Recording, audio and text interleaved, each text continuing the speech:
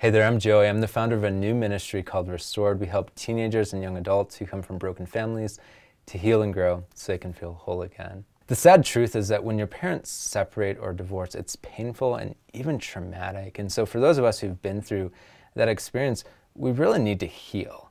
But what exactly is healing? How do you go about healing? Well, healing is the process of becoming healthy and whole. If you think of a physical injury, so think for example, if I were to break my arm, I would go to the hospital, the doctor would examine my arm, maybe get an x-ray, and he would tell me a treatment plan. He would say, take this medicine, go do physical therapy. They would probably put a cast on my arm.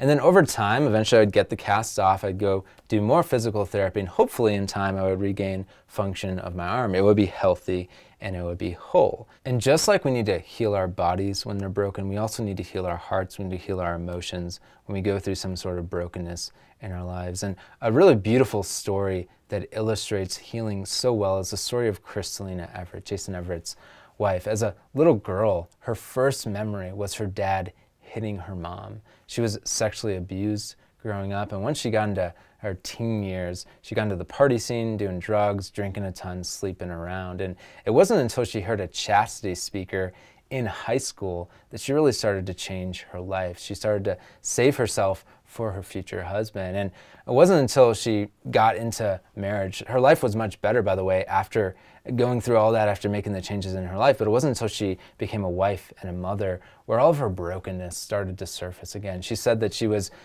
angry a lot. She dealt with a lot of messy emotions, and she realized that all of this brokenness was coming out on her husband and her kids, and that terrified her because these are the people she loved the most. And she realized, if I don't heal, if I don't face this and deal with it, I'm just going to pass my brokenness onto them, and this will potentially continue for generations. And so she decided, no, it stops with me. And so she dedicated herself to her healing process. It was a 3-year-long, very difficult process, but she got a great counselor, a good spiritual director as well. She spent lots of time in adoration, writing, and so on. And like I said, 3 years. It's a little long time that she dedicated to healing, but by the end, she felt so transformed. She felt so light.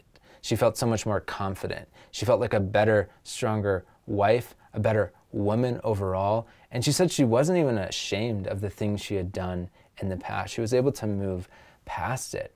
That is what healing is meant to do. It's meant to transform you into a better, stronger, more whole person. It doesn't mean you'll never suffer again. It just means that you are more whole and you're better able to handle and navigate the pain and the problems that come into your life. So how do you heal? I'm going to give 3 simple tips that you can use to start or continue healing. The first one is to engage your story. Each of us has a story as if it were a novel or a movie. And to engage your story simply means to actively reflect on everything that you've been through, especially those situations where you've been harmed or the ones that have really formed you into the person that you've become. In particular, your relationship with your parents. And Adam Young, he's a counselor out here in Colorado. He has a great podcast called The Place We Find Ourselves. And he says that even that act alone of reflecting on your story, which might seem pretty simplistic, he said that's actually healing on a neurobiological level for your brain. If you think of your brain like a web of neural pathways, if you reflect on your story, it increases neural connectivity. It creates more webs, which makes your brain healthier, which makes you more healthy and more whole. And he says to take that a step further, if you share your story with people who can really empathize, that can understand and receive your story, that also is healing on a neurobiological level. And one thing you can do when it comes to engaging your story as well is just name the ways in which you were harmed. You can make a list if you want to, but Adam Young says when it comes to experiencing healing, naming how you've been harmed is about 70% of the battle. Next tip, write about emotionally significant events in your life.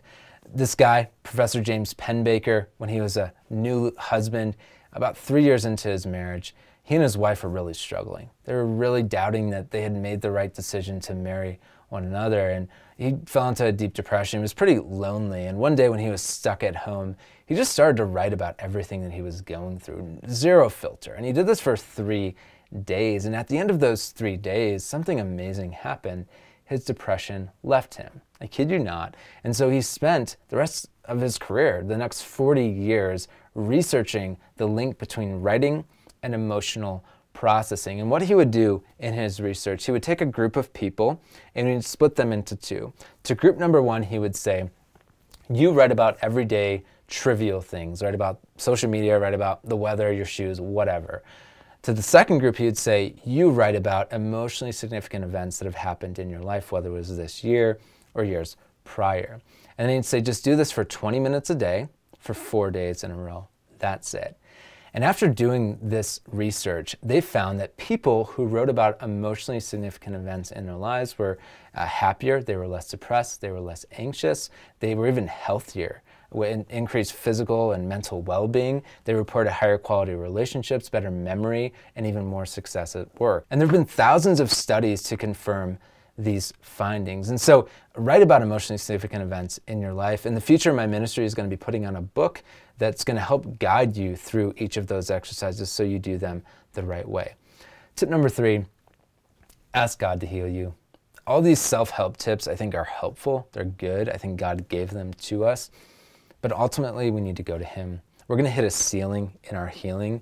We need to go to Him. We need to ask Him to heal us. He can heal us in ways that we can never heal ourselves. And as we approach Him, you can imagine yourself approaching Him as a doctor, as the divine physician. And first and foremost, we need to just open our hearts. We need to open the doors of our hearts. So often we want to shove that door in His face. We don't want to let Him in. We don't want Him to see inside our hearts. Once we open that door, we need to show Him not only the good things inside of us, but all the messy things, all the ugly things, all the things that we don't want anyone in our lives to see. We need to let Him see those parts. And finally, we need to ask Him to heal us, and we need to let Him heal us. So often we want to be self-sufficient, but we need to let Him to heal us. We need to let Him do the work on us. And in doing all of this, we really need to flood our souls with God's grace. God's grace, right, is His life inside of us. And one primary way you can do that is by making use of the sacraments. The sacraments are so helpful, especially adoration, when it comes to healing.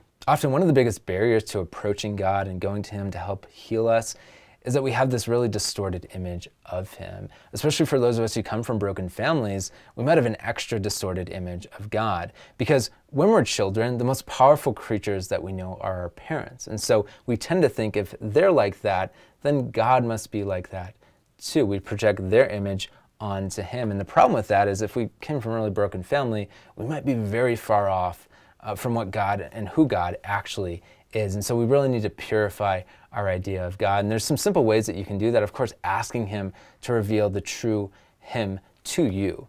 And then also through Scripture. We can get to know the real Him through Scripture, not just the idea that we have of Him, through the sacraments, and then also through the lives of the saints. But perhaps the biggest barrier that I've observed, especially working with young people who come from broken families, is that so often we feel abandoned by God. I know I felt this, especially after my parents separated. My whole world just shattered. I remember sitting in the closet, just crying, just afraid and uncertain of what was going to become of my life, of my family, because Dad just left the house. Things were not good. And so I've had to go back in prayer, and through a lot of spiritual direction and adoration, I've had to really wrestle with that moment and ask God the question, God, where were you? Where were you when I needed you the most? Where were you? I didn't shy away from that. I had to ask Him that question. And honestly, it took years. It took years to truly come to this answer. But through prayer, through spiritual direction, what I've realized is God wasn't just on the sidelines watching me suffer. He was right there with me in the midst of it. He was right there with that 11-year-old Joey sitting in the closet saying, I hate this too. He was there crying with me, saying, it breaks my heart as well. And what I've learned is sometimes God's only response to our pain is His presence. Father Mike Schmidt said that, and it's so true. And in those moments, we need to cling on to Him instead of running from Him, instead of pushing Him away. We need to hold on to Him tight in those moments of suffering. Now, certainly more can be said when it comes to healing, but this is a good start in order to get on that healing journey. But I think overall, when it comes to healing, two big barriers that we face is perhaps not even believing it's possible, believing that we're always going to be this broken, we're always going to feel this way. But I'm here to tell you that you can heal. You can grow. You can become a better, stronger person. You're not destined to feel this way and to struggle in this way for the rest of your life. And perhaps the most convincing argument is just seeing other people who come from really broken families, who've struggled in serious ways, but they now are living much better lives. That can be your story too. And on our podcast, we have so many stories of people who've done exactly that. And of course, healing is something that's always in progress, but so many of them have made such progress that I hope it can be a sign of hope for you as well. Another big barrier is that we get impatient when it comes to healing. Healing takes time. It's not something that happens overnight. We need to stick with it. So often we just quit. We want a quick result. We don't get it. We just stop. We need to stick with it. When I advise, it just focus on the effort. Don't just focus on the results. The results will come in time if you put in the effort. And as you're healing, as you're trying to grow into that person that you ultimately want to become, if my ministry can help you in any way, we're here to help. One resource I wanted to mention is this book, It's Not Your Fault. It's a book that I recently published. It's a practical guide to navigating the pain and problems from your parents' divorce. We talk a lot about healing, about becoming a better, stronger person, especially if you come from a broken family. If you want the first chapters free, just click the link in the description. On that page, click Get Free Chapters. Put in your name, your email, and then we'll email you the free chapters. So if you want those chapters, go get those now. Thank you so much for watching. We do this for you.